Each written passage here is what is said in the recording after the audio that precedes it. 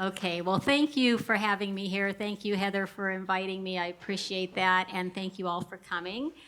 I'm going to be talking about a model of therapy that I use pretty much 24/7 with myself and with my clients, and I'm hoping that you'll have some little takeaways for today.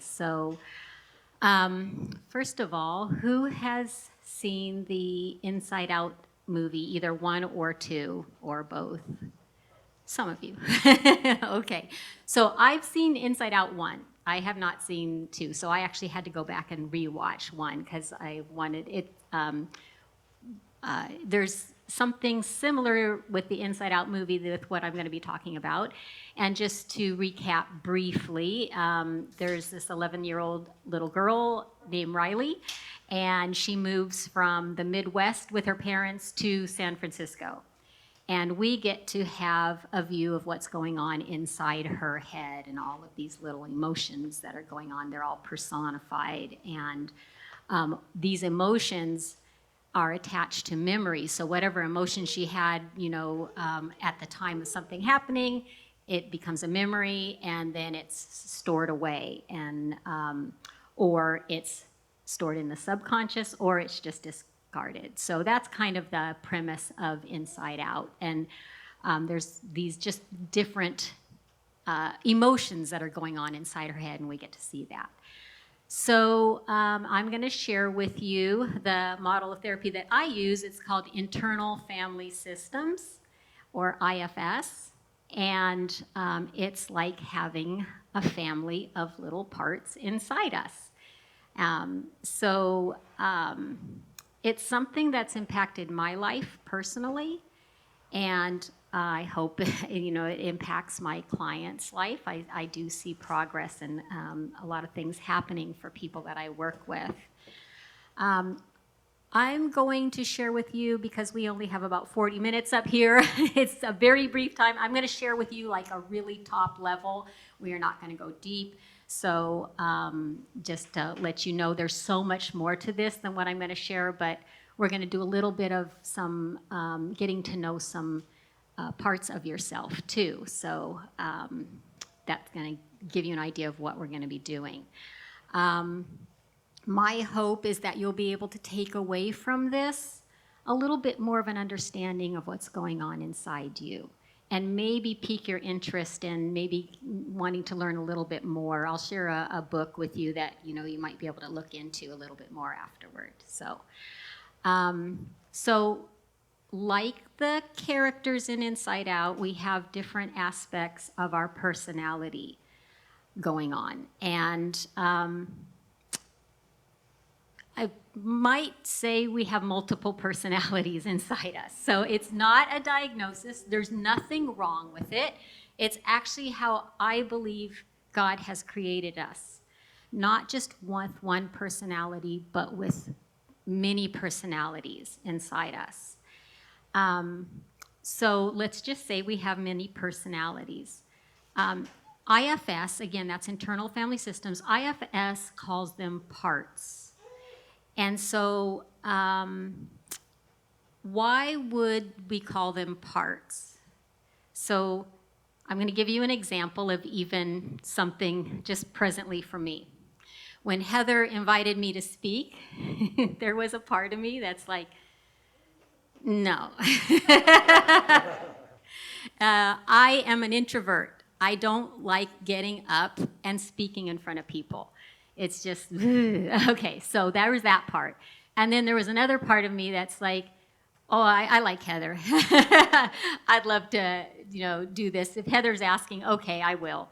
And I like IFS. And so this is what she was saying I could talk about. So I'm like, okay, so that other part of me is like, I like Heather, and I would love to share IFS. So can you see? There's this, like, either one of those parts could have won out. I could have said to Heather, I could have lied and said, no, I'm busy. that Sunday, I can't make it. And that would be that part that doesn't want to speak. But the part of me was like, okay, I'll do it. Yeah, okay, right. So I've got these parts going on inside me just with that. So that's why we use the term parts, because it's not all of me, it's parts of me. When you're feeling sad, you're not always going to feel sad forever. You feel it, but you're not a sad person. There's more going on inside you. So that's why we call it parts. So these parts in the movie, Inside Out, they're emotions, specific emotions, like they're personified emotions. There's anger, there's, I think, jealousy, joy, sad, joy. Joy is the one who's in charge, right? Okay, yeah. In IFS, not one of our parts is in charge. Actually, we have what, I didn't say that the originator of IFS, his name is Dr. Richard Schwartz. And this started way back in the 80s for him. He was a marriage and family therapist. And so the emotions, these parts are not in charge. Well, they try to be in charge. So we'll go into to that a little bit more. In the movie, they are specific emotions. So I'm going to say that these parts are not specific emotions. Every part of us has a lot of different emotions. So, and not any one of them. So they can try to take control, but we also have what we're born with is self, what IFS calls self, and I would suggest that that's where every human being is born in the image of God and carries that in them. And so these parts try to, handle our daily activities and all kinds of things, but we do have a core self. I'm not going to be speaking a whole lot about that because that gets really esoteric, and we could go on and on and on about that. So just know that these parts kind of sometimes run the show for us. Let's see where I want to go with this. So the parts in us have all different kinds of feelings, jobs to do. They're task-oriented, they're dreamers, they're sensitive, they're playful. They help us make decisions, they help us choose friends, they help us choose jobs, they do all kinds of things. So they are the helpers in our system. And I say system, that's our body, that's our everything, emotions, everything. So when I say system, that's all of us. Our parts help us, okay? So let me ask you this. Does it sound weird? Yeah? No? Oh, okay. Wow. That's awesome. I thought at first when I heard this, and as a therapist, I'm like, wow. But it's okay if it does sound weird, and it's great if it doesn't, but it's fine. So we'll continue on, and let's get to know some of your parts. And when I say this, this is an invitation. It's not a have to. So anything I ask up here, you can, zone out. You can do whatever feels right for you. Take whatever I say in. Whatever you can use, great. Whatever you want to discard, fine. Okay, so everything I say is an invitation, and you do what feels right for you. So the first set of parts, which we'll probably only have time for, we might have a little bit more, we'll see, are called our manager parts. Okay, these are the doers in our system. Okay, they run our day-to-day lives for us. They make lists, they get us to get to our jobs. They make that much needed dentist appointment that hasn't been made for 3 years, whatever. They check the traffic to see that we're going to get to that dentist appointment on time. They consider what I'm going to wear today. Was it jeans or was it something I'm going to be speaking? I won't wear my jeans, which I love to wear every single day, but okay. So they consider what you're going to wear. They get us exercising. They consider the food we're going to eat, the projects we get done. These are pretty much what we live in day to day, are our manager parts. These are the parts that our society tends to like and reward. So, people who are really like, these perfectionists, they get everything done and they're like heads of, companies and all of that, and they work so hard and everything. A lot of times they get, the reward, they're seen as really positive. And I'm not going to say that's wrong, that's great. And we'll talk a little bit more about that. So do you know anyone, or can you think of anyone in family, friends, boss, coworkers that kind of seem to be in one of these manager parts or seem to be more like a manager? And this is not an exhaustive list, by the way. Can you think of other managers, maybe? Some more? Yeah, you can think of, there's a lot. A lot more. Yes, I'm going to say this is, I could give you list after, slide after slide after slide. I just gave you a few. Yeah. So do any of them, like, and you don't have to answer, but if you can think, like, do you know anyone who might be more like of a perfectionist or a doer, or someone who has a lot of anxiety maybe? Someone who really exercises a lot. Maybe someone who goes on diets. I don't know. There's a lot here. I have a good dissociative part. Takes me out when I'm overwhelmed. So consider if there's any manager part in you. It could be on the list. It could be another, just something that comes up for you. So I'm going to invite you to do a little exercise. When I do this myself, I like to close my eyes. You don't have to, you're in this group, but it helps me to kind of go, okay, I start to notice a part. So just pick a manager of yours if you can think of one. I mentioned a part that checks traffic, so I have a part that does not like to drive on the freeway during rush hour. Not just doesn't like it. I hate it. There's a part of me that just grips the wheel. Yeah, don't like it. Exactly. I have a part that gets anxious. So since there's a part that's anxious, there's another part of me that if I'm going to make an appointment, I live in El Cajon, from El Cajon to, let's say it's in La Jolla, because I'm thinking of the freeways. I'm not going to make it at 8 o'clock in the morning. And I'm not going to make it at 2 or 3 in the afternoon either, because when I come back. So you can see how those parts work together, right? To keep me from getting overly anxious. So maybe consider a part of you that, I don't know, it's a doer. Consider a part. Just, do you all kind of have an idea of maybe a part? You don't have to, but if you want to. So notice this part. Just consider the last time it came up for you. And do you feel it at all in your body? If you're thinking about this part, if you're just like, take it from thinking to, I wonder, do I feel this? Where do you feel it in your body? And you can just consider it. You don't have to say anything. And maybe even imagine what this part might look like.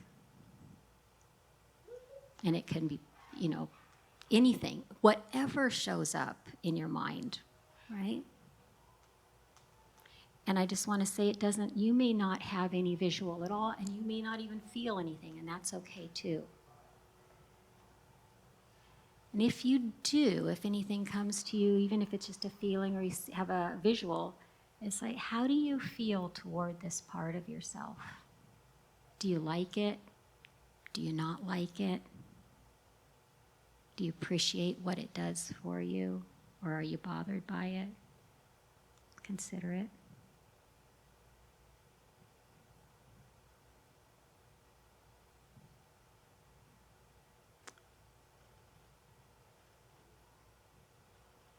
And we're not going to go any farther than that. We're just getting you a chance to notice one of your managers, okay? And that whether or not you start to feel it, see it, and how you feel toward it, okay? And so we're going to stop there and then just bring you back and kind of shake that one off if it's there, and just like, okay, thank you for showing up. You can step aside. Your parts are never going to leave you, so just going to say that right out loud. You can say, okay, thank you. All right, let's just sit over here for a moment. We're going to consider another part, though. I'm going to mention another part. Let's bring in a skeptic, because a skeptic is a part. All right? And what if I were looking at you right now, and let's say your skeptic part was active? What might I be seeing if it was active and I could see it? Because oftentimes when our skeptic parts are going, we don't really show it. We have a good part that just kind of, and inside it's like, so what would I see? What would be the embodiment of this skeptic? Yeah. Maybe some body language, like someone just crossing their arms Yes. Yeah, like this, kind of like, hmm, kind of. Yeah, yeah, exactly. That's how my skeptic would show up. Year two. So we have the same. We have a similar, resonating there. Yeah. Huh. Exactly. Exactly. So, what's good about our skeptic? What's good about that part? Safety. Yeah. Uh huh. Prepare. Yes. Preparedness. What's it? What do you think it's preparing you for? Yeah. So, what if you've ever been blindsided? Doesn't feel good, does it? Nope. Exactly. So, trying to keep you safe. It wants to make sure you're prepared because if you've ever been blindsided before or taken advantage of, right? That skeptic is going to, if you're hearing something or seeing something, it's like, I'm not going to let that happen again, right? So, yeah, yeah. So, can you appreciate your skeptic for, right?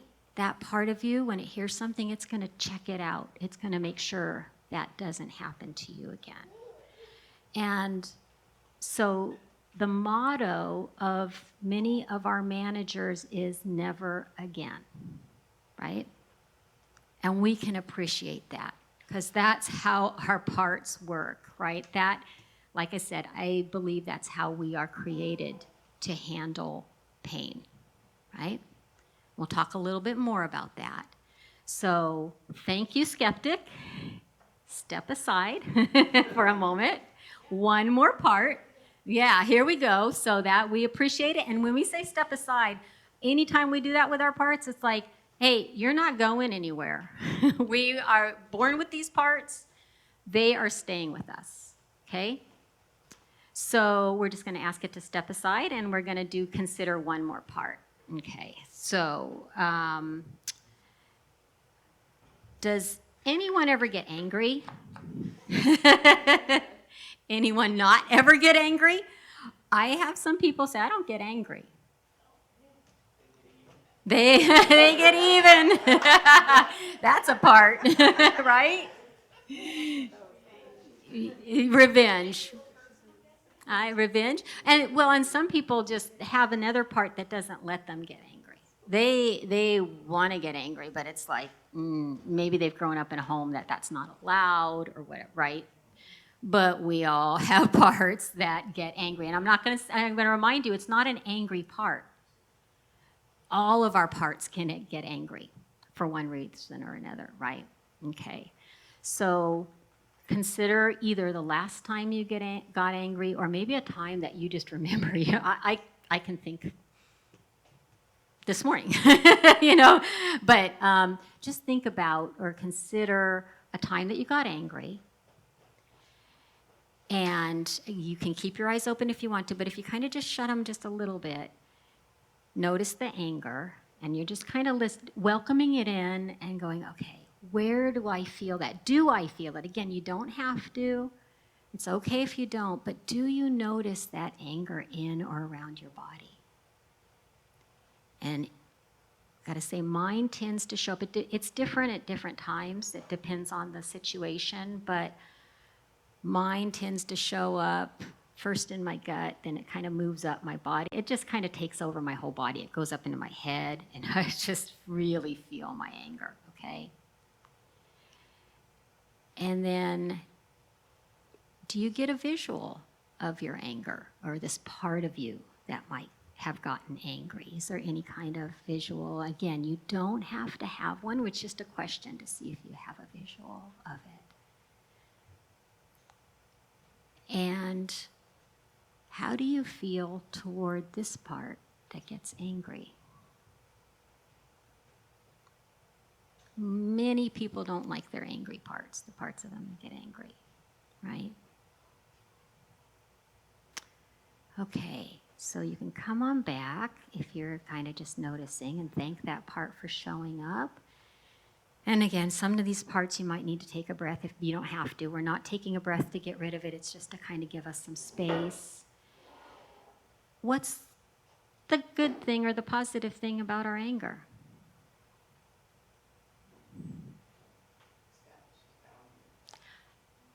Yes, establishes boundaries. Yep. Yeah. It teaches us lessons in a way. Like if something makes you angry, you're not gonna get upset at that person, whatever. It teaches us. Yeah, exactly. It's teaching us. It's telling us that something's wrong, right? Yeah. It prompts us to act where normally we would be passive and not really address things. But when something is making us angry, it's like we're being forced to. Exactly. You motivated, right? Yes. Yes. Yeah. It does. Identifies hurt. Yes. Yeah. So it's giving you some really good information, right?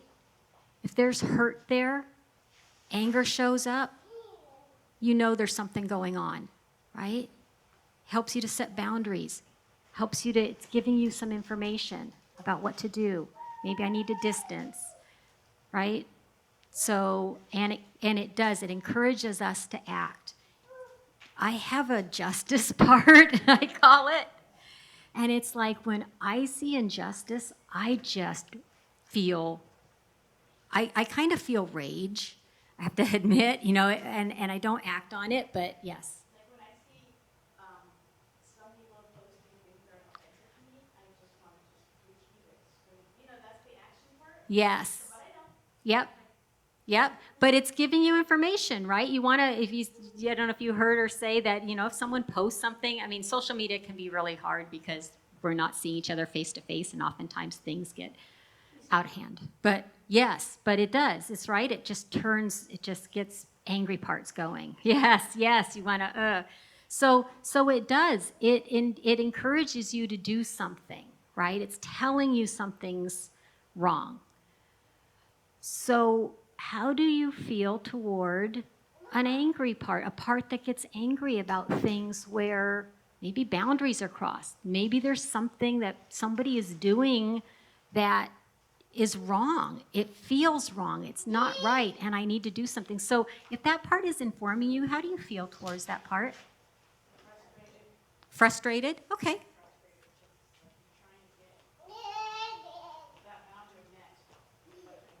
But they're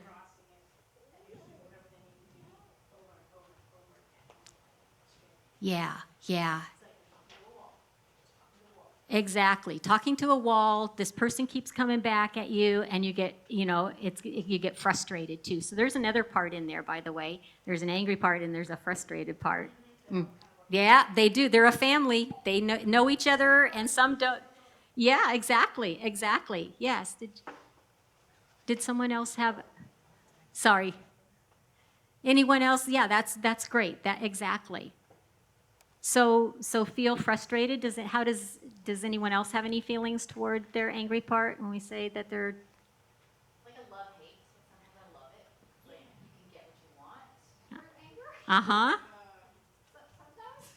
But other times within, like, I think anger carries a lot of shame. Like, Yes. there's a weight to it. There's a penalty for it. There's a punishment for it almost. If you act from your anger, then afterward there's this shame. There's this, why did I do that? Right? I shouldn't have done it. I shouldn't have, yes, exactly. Oh yeah, as a parent, yes. Yeah, we do that. Yeah. Okay. So that's when we're speaking from, oh yeah, go ahead. I was just anger, like protecting that vulnerable side. Sometimes that anger. Yes, exactly. That's what that part is doing. It's protecting another vulnerable part, right? A part, that's the pain that you were talking about, is there's pain underneath there, and this anger is a protector, right? And if the anger gets strong enough, just going off my notes, I don't care. We get blended with it, then we're speaking from that angry part. We do that with our kids. They just boom, or so, and on social media and all of that, we get blended and we speak from that part. And then there's another part that feels shame if it's like, oh man, what'd I say? Wish I could take that back. And there's also a way to speak for that part, but we can't do that when we're blended with our anger. But I'm not going to go into that. That came up in the conversation, so I thought I'd mention that. However, what we're doing here is trying to help you have a relationship with these parts. So when I ask you to just notice a part, and if you can feel it, some people have a hard time feeling it because feeling things was not a good thing when you were a kid. And so I always say, if that's okay, you don't have to really feel it. That takes time to let that be okay. But if you can feel it, then you're like, oh, I know this part, I can feel it. And then when I ask you, how do you feel toward it? I'm helping you get some space from it so that you're not feeling it so much. You can't see it when it's right here and I can feel it, but how do you feel toward it? If you can feel some, oh, you know what, I'm curious about this part. I really want to know why it's doing what it's doing. And then eventually the goal is to have some compassion for it because it's really working hard to protect another part of you, okay? And we're going to talk about the other part. I think I have time. Okay, all right. So we'll move a little bit farther then. So when we're kids, we come into this world, I'm just going to remind you, we come into this world with self, in the image of God. And we have all these parts with us too. And we haven't really been affected by the world. Some people have been affected when they're in utero, they have to say. So there are those woundings sometimes there. But when we come into the world, we have to survive the world, right? I'm going to say even people with who have the best parents in the world, they have the best upbringing, will have painful experiences, okay?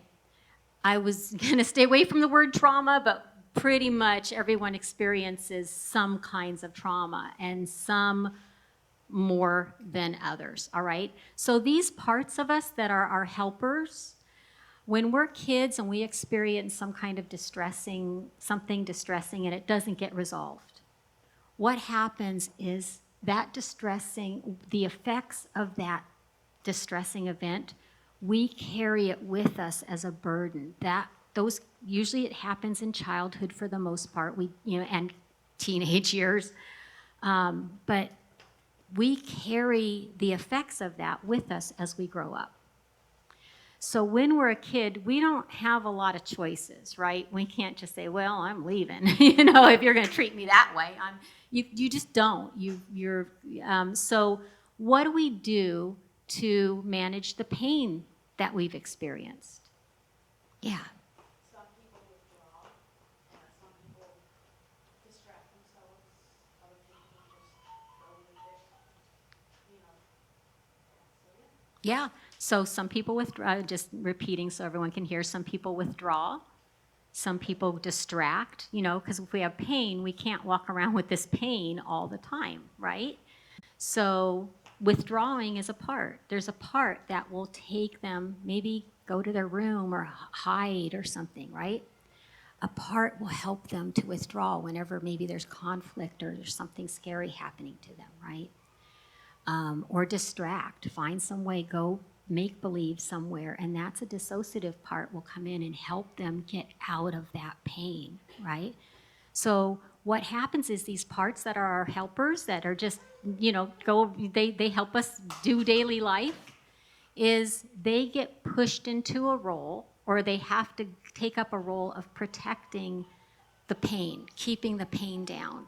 So when the pain, depending on how extreme the pain is, will depend on how extreme our protective system is. Our little parts there that are trying to protect us, they will get more extreme if the pain was extreme and if it was ongoing or even one situation.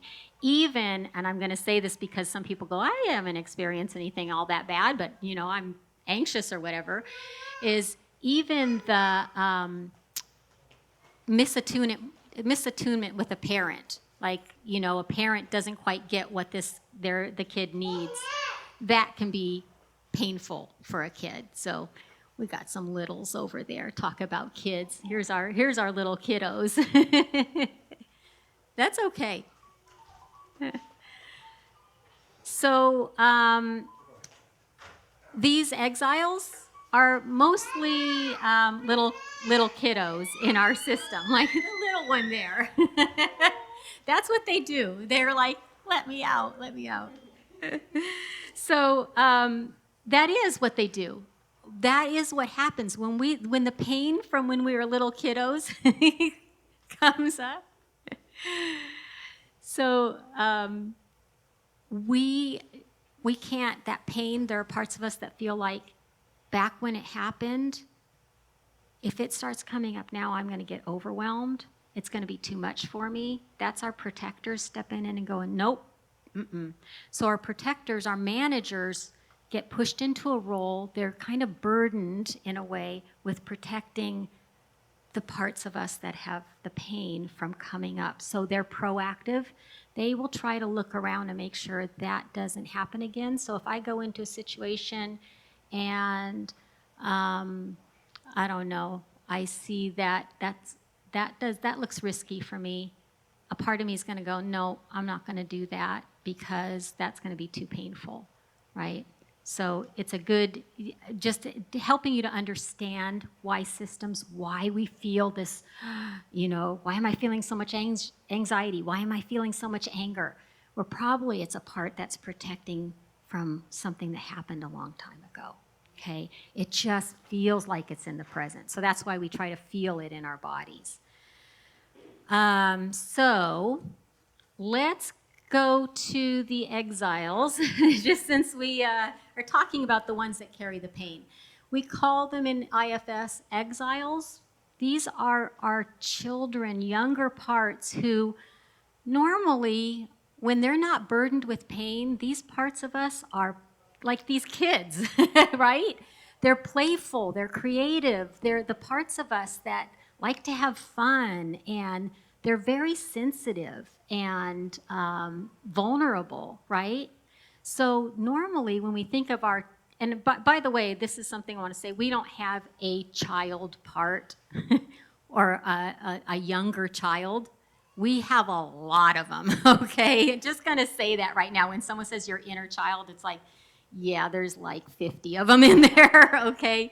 So, because they all are, like, they're just as many of them as there are managers. So, what happens when we experience pain and we don't know? We experience some kind of painful situation. Something happens to us when we're kids.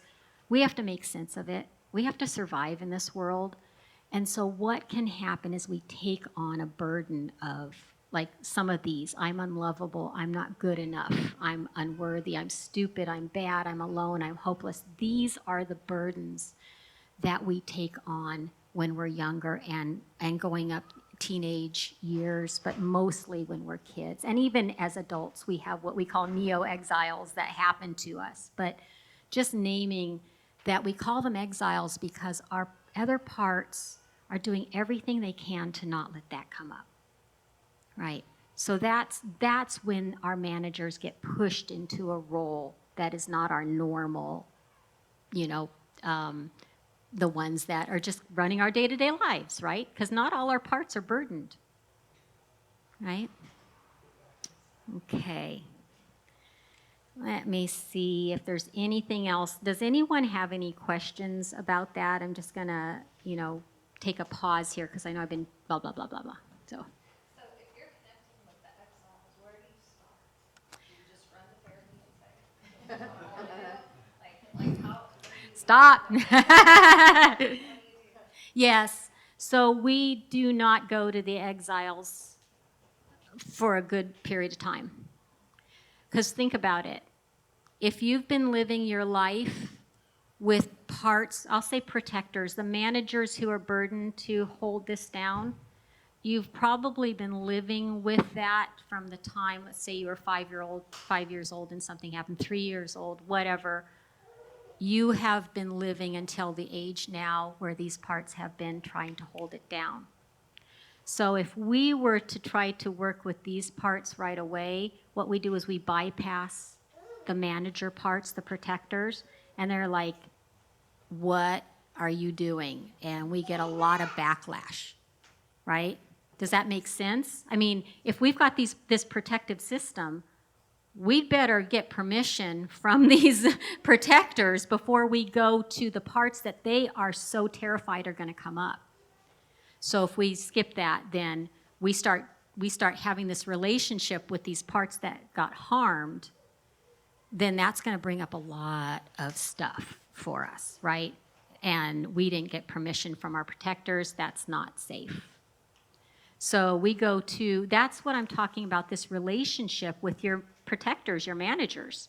It's like, if you can understand what they're trying to do, and the first thing is you have compassion for how hard they're working, think about how Jesus has compassion for us, right? He accepts all of us, every little detail of us.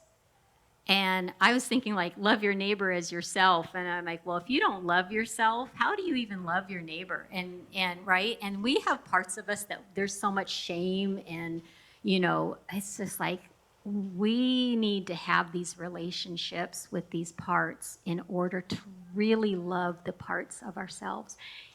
Even though these parts, when they're so protective, they do things. Their intent is to protect, but the impact can be not so great. Causes relationships to break up. They can be very anxious. They do things that, you know, these protectors are trying to keep it down. So it's like, okay, no wonder there's frustration and all of this, is these parts keep doing the things that we go, oh man, I don't want them to do, or I don't want to feel this way, right? So the first step is to go, oh, this is what they're trying to do. What if they didn't have to do that anymore? We want them to still be there, but what if they didn't have to play the protective, real strong protective roles that they're playing? Sometimes we need them to protect us. But if they're real extreme, then, you know, they can cause some problems. That's why it's like we just, you know, we get frustrated and everything. So does that make sense to you? Is that kind of landing for you? Okay. All right. So we are going to have time, and I go till like 5:15. Okay. All right. So we do have another slide, and so when our managers who are very proactive, they are looking out, you know, let's make sure we get put into a place where our emotions are going to come up and these pain is going to come up. We have another set of parts, and we can go ahead and go to our firefighters. So when our managers can't hold the pain down anymore, they are exhausted for one reason or another, we have some reactive parts. So managers are proactive. They try to make sure this doesn't ever happen again.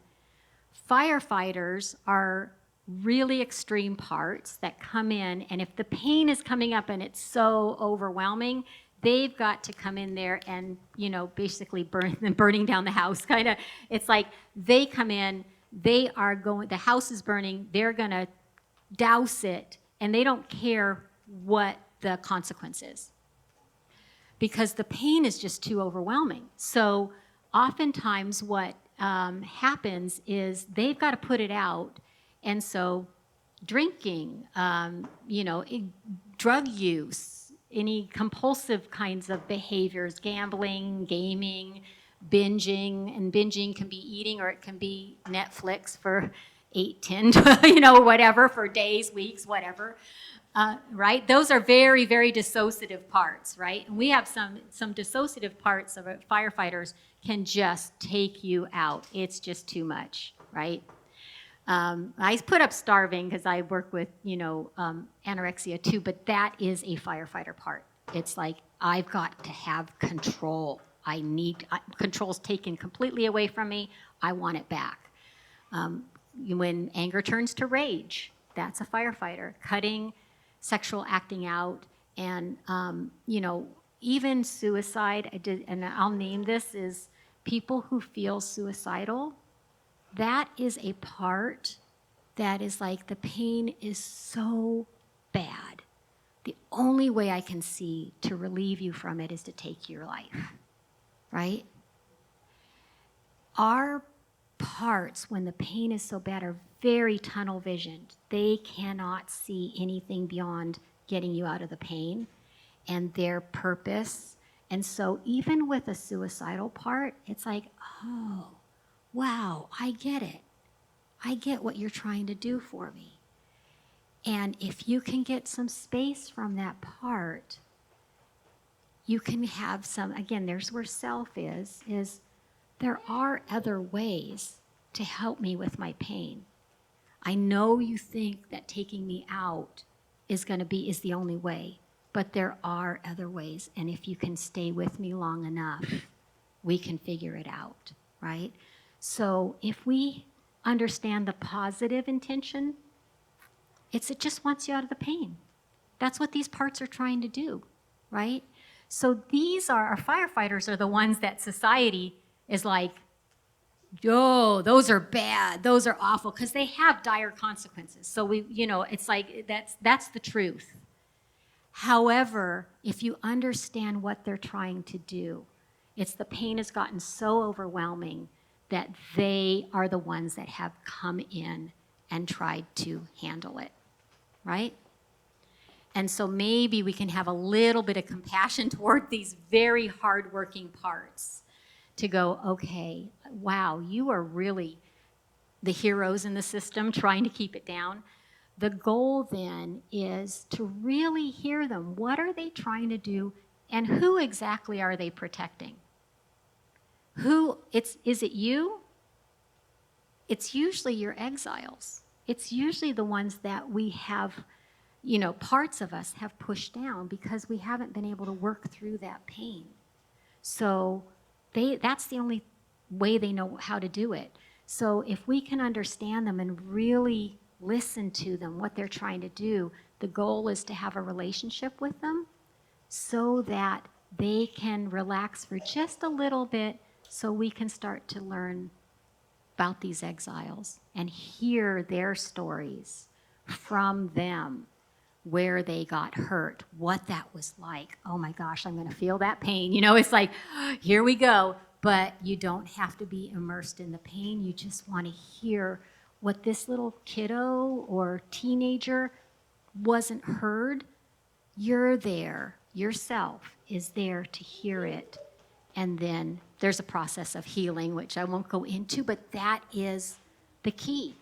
Everything we do to extreme like that, the key is our exiles, our pain are still there. We're going to have them with us. So we want to help them heal, We want to have a relationship with our exiles, with our younger parts that are carrying the pain. So, and part of it is, as if you're a Christian, if you believe that that Christ Jesus loves you, there is a process. Now, IFS is not a Christian modality. The psychotherapy modalities are not Christian, but you can bring the beauty of IFS, and Richard Schwartz even talks about the spirituality piece. He's not a Christian, but he's bringing spirituality into it is a huge aspect where you can bring in the spirit. And that is something that is just amazing. It's beautiful.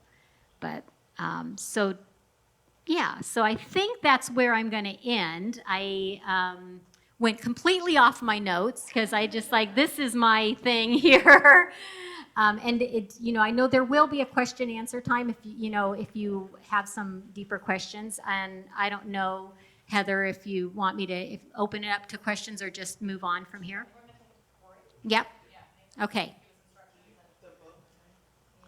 Oh, thank you. Yes. So if you are curious about, let's see here, curious of learning more, I'll get up here. This is probably the best book. There's a lot of books out there, and Richard Schwartz wrote his newest one is No Bad Parts, because what he says is the parts of us, they're not bad. They all have a positive intention, even though the consequences can be not so great.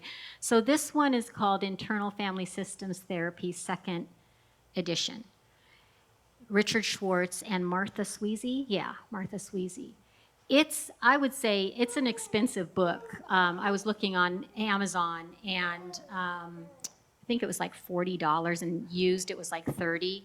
But there is the library too, and I have the Libby app, and I always get my. Oh yeah, you're welcome. Did you get a picture of it? Did you wanna? Okay, yeah. Okay, great. Yes, it's awesome. All right, thank you, everybody. Appreciate it.